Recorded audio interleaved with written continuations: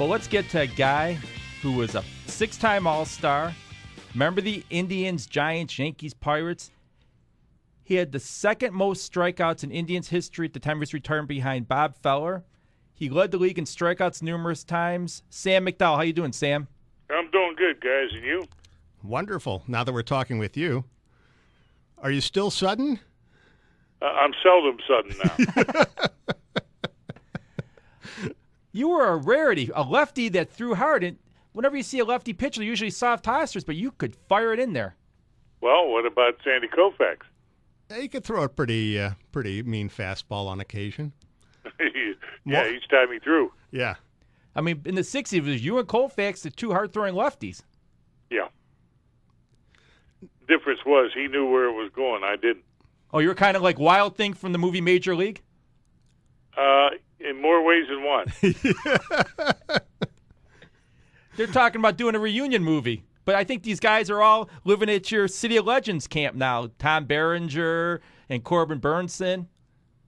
Well, they aren't living down here, but a lot of the other retirees are. You haven't seen Charlie Sheen around there?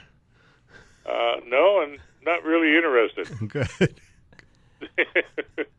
I want to maintain my sanity. Oh, okay. Those Indians teams that you were a part of, I mean, you had some great players on there, but it was too bad you had to go against those Yankee teams because you probably would have won a couple World Series with the Indians in the 60s. Well, I would have loved to have done that, but, yeah, we kind of had a difficult problem because the general manager and the team had no money, nothing, and he wasn't going to spend anything, so we kind of knew leaving spring training we were going to end up in last place, and we just tried to do the best we possibly could. But I did see that book that's out by that Dr. Tomsick called Strike Three, in which he was doing a research project and researching starting 4 pitchers of teams going clean back to the 1800s. And the ones we had for the 5 years from 65 to 70, he classified as the number 1 starting staff in baseball. Is that hard to believe? Some people will be taken a bit aback by that. Not that you guys weren't good. Well, let's put it this way. There's nobody else that ever had 4 starters in which the earned run average was below 2. Who was part of that staff? Because I was born in 71. I don't remember those teams. It was Tiant, Sonny Siebert, Steve Hargan, and myself. Okay. I remember a long, long time ago before Sonny Siebert was a pro, he was playing amateur baseball in St. Louis. And I remember hitting a baseball farther than I'd ever seen anybody hit a baseball. He was a great hitter. In fact, he was not a pitcher until his 3rd year in pro ball. He was still an outfielder trying to make it in professional baseball as an outfielder. Was a fair hitter, but at that time they had a lot of great hitters in the outfield, and he wanted to stay in pro ball, and he had an arm that was unbelievable. And so they decided they were going to try him as a pitcher. And as history would have it, turned out to be one of the best. Now, did coming up into the big leagues at age 19, was that good or bad?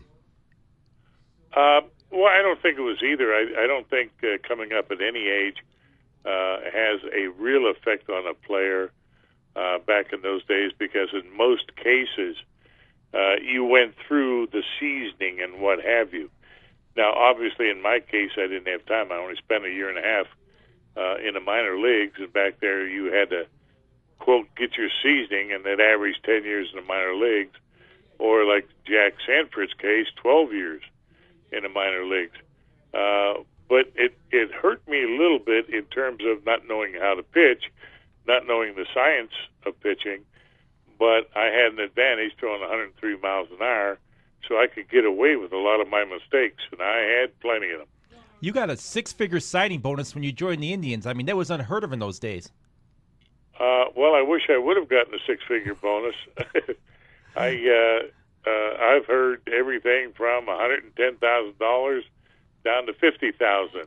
It actually was $70,000, my signing bonus, but it had my salary included for the next 3 years in it. I mean, Could you imagine what you would get nowadays? Look at Steven Strasburg. What do you get, $30 million signing bonus or contract with the Nationals before he threw a pitch in the major leagues? Something like that. Yeah, it would have been awesome. Being as tall as you were, did that help or hinder? I think it did. I know that I was at least 3 to 4 feet further or closer to the batter than most pitchers are, simply because of my height and the way I stretched when I pitched. But I think back in those days, it was the beginning of the tall guy that was actually mobile, that was actually nimble. As you may recall, way back when, most of your tall guys were all klutzes and having difficulty tripping over their own feet. But the transformation took place, I guess, around the 60s, where you started to see the big guys starting to be quite mobile and quite agile. And in fact, you have your big players today in the NBA. Take a look at them, and they are quite agile. So the big transformation, I don't know why, but it seemed to be the 60s where your tall man started to come about, where he was agile and mobile and sometimes hostile. Not like Frank Howard.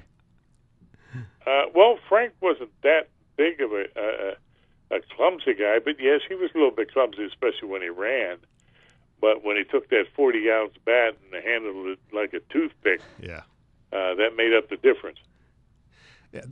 About the only taller pitcher I can remember before you was Gene Conley, who pitched for the Braves and a couple other teams, who also played pro basketball. That's interesting because you mentioned him, and you might have forgotten about Sonny Siebert also playing pro basketball. I did. Yeah. And then you had Ron Reed a little later. Yep. And Steve Hamilton. Okay. You know what? We forgot the guest from a couple weeks ago. What about Dick Groh, probably one of the best basketball players who played baseball? Oh, heavens, All-American. He was unbelievable. He should have played basketball. I didn't mind going and watching him play basketball, but coming from Pittsburgh, even though I played for Cleveland, I still lived in Pittsburgh, and in the wintertime, we had a basketball team that we put together in which we raised money for charities, plus we got to get paid $50 a game.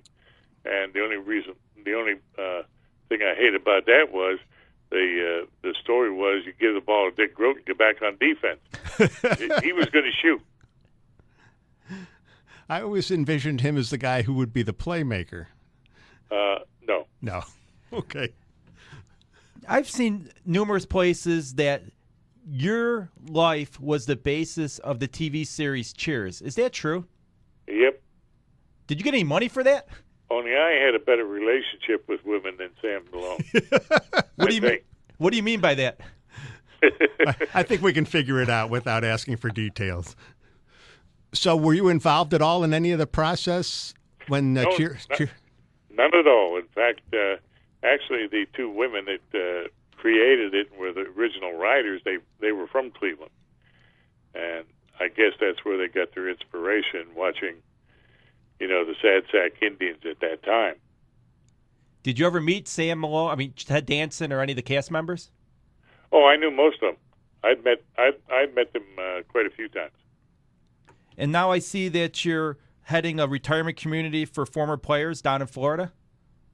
Well, it's a combination of a bunch of things, but yes, included in it was an area here in Claremont, Florida, in which I was able to get a lot of the developers to come up with special benefits for any player that wanted to move down here and retire, and it was quite extensive in the savings. So, of course, we got quite a few players down here. But it was also to try and find benefits of different kinds to help some of the older players retired, understanding that a lot of them didn't have any insurance. And, we played back when there was no money. And so the individuals, a couple of them had lost their homes and so on. And so we put together a special program, myself and my partner, which is Dr. Mike Gray, the orthopedic surgeon. And, in fact, my offices right now are in his clinic. And we put together such a program that it was a tremendous help to like 50, 55 different players that are living in the area. Now, when I say area, I say all of Central Florida, not just Claremont.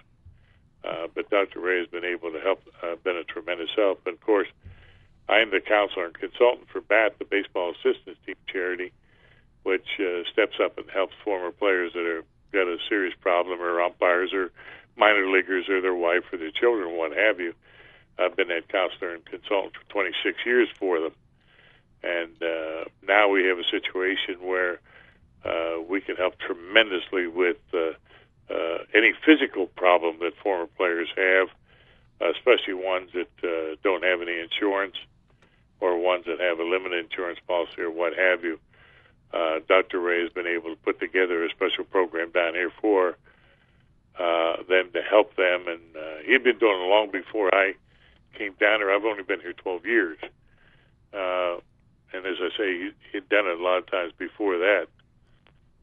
And we just continued it over, so it's turned out to be a terrific center now for retired athletes of all sports. So do you ever get together and have an old-timers game or two? No, because most of us couldn't walk. No, we're a little bit that's where the too old orthopedist for that. comes in, right? Right.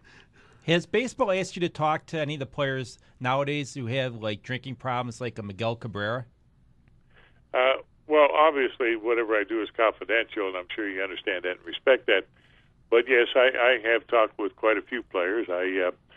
If you may or may not know, for 18 years, I was the EAP and the counselor for the Texas Rangers and the Toronto Blue Jays baseball teams. And in fact, I got myself the double World Series rings for the Toronto Blue Jays, which made me feel good because they thought that my sports psychology part of my counseling helped them to overcome a lot of obstacles they couldn't in previous years in winning the World Series. So I was very happy with that. But being a therapist and a counselor, even now today, although each team has their own program, every now and then we'll find a player or two that wants some special help, and I step in to help them with no problem. As a pitcher, who was the batter you liked to face the least? The first 9 hitters gave me trouble.